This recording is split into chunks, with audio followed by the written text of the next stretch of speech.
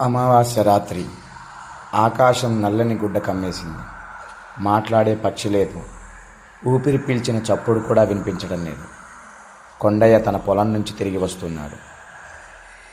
చేతిలో మామిడి పండ్ల బస్తా. వెంటనే ఎవరూ లేరు. అయినా అతడి అడుగులకు ప్రతిధ్వని వంటిది. ఒక చిన్న దారి అడుగులు వేసుకుంటూ మెల్లగా తనలో తాను ధైర్యం చెప్పుకుంటూ నడుచుకుంటూ వస్తున్నాడు కొండయ్య. ఆ సమయంలో ఒక బంగ్లా నుంచి దాటుతూ ఉండగా, కొండయ్య, ఒక మామిడి పండు ఇవ్వవా అని ఒక చిన్న పిల్ల అడిగినట్టుగా వినిపించింది. వెంటనే ఉలిక్కిపడిన కొండయ్య వెనక్కి తిరిగి చూస్తాడు. చుట్టుపక్కల ఎవరూ లేరు. అయినా సరే ఆ శబ్దం ఎక్కడి నుంచి వచ్చింది అని చెప్పి భయపడుతూ తన వేగాన్ని ఇంకా పెంచి పరిగెత్తుతూ ఉంటాడు కొండయ్య. కొంచెం దూరం పోగానే ఆయాసం వస్తుంది. ఇక పరిగెత్తలేక బస్తాని దించి అటూ ఇటూ చూస్తాడు కొండయ్య.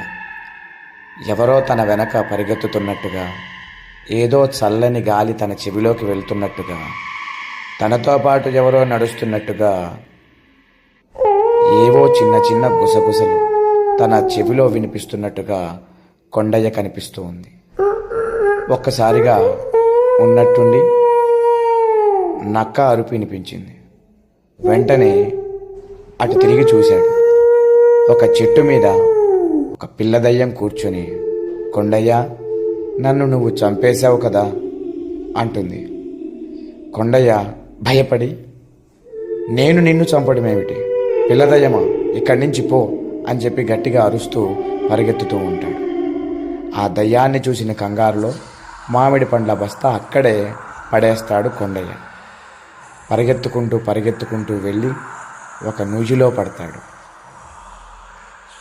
పడిన తర్వాత కొండయ్య కూడా ఆత్మలాగా మారిపోతాడు. ఆత్మలా మారిపోయి ఆ పిల్లదయ్యం దగ్గరికి వెళ్తాడు. నేను నిన్ను ఎందుకు చంపాను, నేను ఎప్పుడు నిన్ను చంపాను అని అడగటంతో ఆ పిల్లదయ్యం చెబుతుంది, ఒకానొక సమయంలో నేను నీ మామిడి పండ్ల తోటలో ఒక మామిడి పండు దొంగిలించాను. అప్పుడు నువ్వు నన్ను కర్ర తీసుకొని వెంటపడ్డావు. ఆ కంగారులో నేను ఇదే నూజిలో పడి చనిపోయి. చూసావా కొండయ్య, విధి ఇంత విచిత్రమైనదో. నువ్వు కూడా అదే బావిలో పడి చనిపోయావు. కాబట్టి